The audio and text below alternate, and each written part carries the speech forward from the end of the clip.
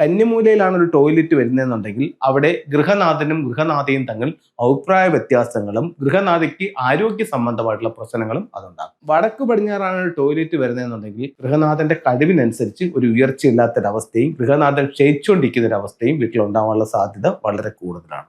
ഒരു ടോയ്ലറ്റ് വീട്ടിലുണ്ടാക്കാവുന്ന ദോഷങ്ങൾ എന്തൊക്കെയാണെന്ന് പലർക്കും ഒന്നും അറിയില്ല. ഇന്നത്തെ ഒരു ജീവിത സാഹചര്യങ്ങൾ വെച്ചിട്ട് ഒരുപാട് ടോയ്ലറ്റുകൾ വീട്ടിലേക്ക് കടന്നു വരുന്നുണ്ട്. പ്രധാനമായിട്ടും ഓരോ ബെഡ്റൂമുകൾക്കും ഒരു ടോയ്ലറ്റ്, സെർവൻറ്റിന് ഒരു ടോയ്ലറ്റ്, ഒരു കോമൺ ടോയ്ലറ്റ്, പുറത്തുനിന്ന് എന്തെങ്കിലും ചടങ്ങുകൾക്ക് പോയിട്ട് വന്നു കഴിഞ്ഞാൽ പുറത്തു നിന്ന് കുളിച്ചിട്ട് അകത്ത് കയറത്തക്ക രീതിയിൽ വെളിയിൽ നിന്ന് കയറുന്ന ഒരു ടോയ്ലറ്റ്. അങ്ങനെ ടോയ്ലറ്റുകൾ ഒരുപാടാണ്. ഒരു വീടിനെ സംബന്ധിച്ചിടത്തോളം ഓരോ ദിക്കുകളും ആ വീടിന്റെ ഓരോ സൗഭാഗ്യങ്ങളാണ്. കന്നിമൂലയിലാണ് ഒരു ടോയ്ലറ്റ് വരുന്നതെന്നുണ്ടെങ്കിൽ അവിടെ ഗൃഹനാഥനും ഗൃഹനാഥയും തമ്മിൽ അഭിപ്രായ വ്യത്യാസങ്ങളും ഗൃഹനാഥയ്ക്ക് ആരോഗ്യ സംബന്ധമായിട്ടുള്ള പ്രശ്നങ്ങളും അതുണ്ടാകും. അത് കഴിഞ്ഞിട്ട് വടക്ക് പടിഞ്ഞാറാണ് ഒരു ടോയ്ലറ്റ് വരുന്നതെന്നുണ്ടെങ്കിൽ ഗൃഹനാഥന്റെ കഴിവിനനുസരിച്ച് ഒരു ഉയർച്ചയില്ലാത്തൊരവസ്ഥയും ഗൃഹനാഥൻ ക്ഷയിച്ചുകൊണ്ടിരിക്കുന്ന ഒരു അവസ്ഥയും വീട്ടിലുണ്ടാവാനുള്ള സാധ്യത വളരെ കൂടുതലാണ്. നിങ്ങളൊരു പുതിയ വീടാണ് വെക്കുന്നതെന്നുണ്ടെങ്കിൽ ഇത്തരം ടോയ്ലറ്റുകൾ പരമാവധി ഒഴിവാക്കുക. ഇപ്പൊ 2 നിലയുള്ള ഒരു വീടാണെങ്കിൽ ഗ്രൗണ്ടിൽ നിങ്ങളൊരു ടോയ്ലറ്റ് വെച്ചു, അതേ സ്ഥലത്ത് തന്നെ മുകളിലും ടോയ്ലറ്റ് വെക്കാനായിട്ട് ശ്രമിക്കുക. ഒരു വീടിനെ സംബന്ധിച്ചിടത്തോളം പടിഞ്ഞാറ് വശത്ത് ഗ്രൗണ്ടിൽ ഒരു ടോയ്ലറ്റ് ഉണ്ട്. വീടിന്റെ മുകളിൽ വന്നപ്പോൾ അതിന്റെ പ്ലാനിൽ വടക്കു പടിഞ്ഞാറാണ് ടോയ്ലറ്റ് വരുന്നത് എന്ന് കരുതുക. അങ്ങനെയാണെങ്കിൽ എന്ത് സംഭവിക്കും? 2 ദിക്കുകൾ മലിനപ്പെട്ടു. കാരണം പടിഞ്ഞാറും മലിനപ്പെടും, വടക്ക് പടിഞ്ഞാറും മലിനപ്പെടും. അതേസമയം താഴെ നിൽക്കുന്ന അതേ ടോയ്ലറ്റിന്റെ മുകളിൽ തന്നെയാണ് പടിഞ്ഞാറ് നിങ്ങൾ ടോയ്ലറ്റ് പണിഞ്ഞിരുന്നെങ്കിലോ ഒരു ദിക്ക് മാത്രമേ മലിനപ്പെട്ടു പോകത്തുള്ളായിരുന്നു. മലിനപ്പെട്ടു പോകുക എന്ന് പറഞ്ഞു കഴിഞ്ഞാൽ ആ ദിക്കിന്റെ സൗഭാഗ്യം വീട്ടിൽ കുറയും. ആ ദിക്ക് എന്ത് സൗഭാഗ്യമാണോ പറഞ്ഞിരിക്കുന്നത് അത് കുറയും. ഉദാഹരണത്തിന് ഒരു വീടിന്റെ തെക്ക് കിഴക്കെന്ന് പറയുന്നത്, അതായത് സൗത്ത് ഈസ്റ്റ് കോർണർ എന്ന് പറയുന്നത് ഫംഗ്ഷൻ പറയുകയാണെങ്കിൽ അത് സമ്പത്തിന്റെ ദിക്കായിട്ടാണ് പരിഗണിക്കുന്നത്.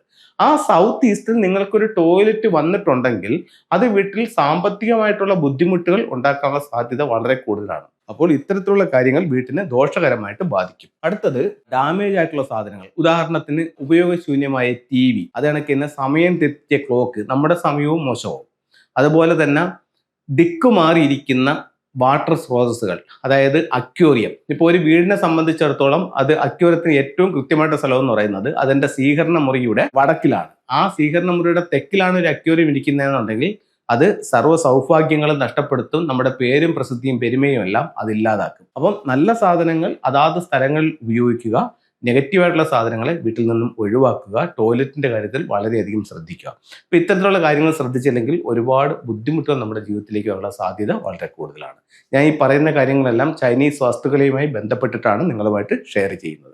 ഇനി നമുക്ക് ഫെങ്ഷു പ്രകാരം തന്നെ വീടുകളിൽ വെക്കുമ്പോൾ സൗഭാഗ്യങ്ങൾ ഉണ്ടാകാനായിട്ടുള്ള ചില ടൂളുകളുണ്ട്. ആ ടൂളുകൾ ഉപയോഗിച്ച് നോക്കൂ, ഉറപ്പായിട്ടും അതിന്റെ മാറ്റങ്ങൾ ജീവിതത്തിലേക്ക് കൊണ്ടുവരും. ഇത് ഒരു ഡ്രാഗൺ ടർട്ടിലും ടോർട്ടോയിസുമാണ്. ഇത് ഫെങ്ഷുവിൽ ഉപയോഗിക്കുന്നതെന്ന് പറഞ്ഞു കഴിഞ്ഞാൽ ഒന്ന് ലിവിംഗ് റൂമിന്റെ നോർത്തിൽ വെക്കാം, അല്ലെങ്കിൽ സൗത്ത് ഈസ്റ്റിൽ വെക്കാം.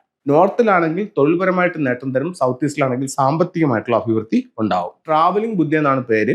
പ്രധാന ഡോറിൽ നിന്ന് വീടിന്റെ ഉള്ളിലേക്ക് കടന്നു വരുന്ന രീതിയിലോ അല്ലെങ്കിൽ മെയിൻ ഡോറിൽ നിന്ന് നോക്കുമ്പോൾ കാണുന്ന രീതിയിലോ ഇതിനെ പ്ലേസ് ചെയ്യാവുന്നതാണ്.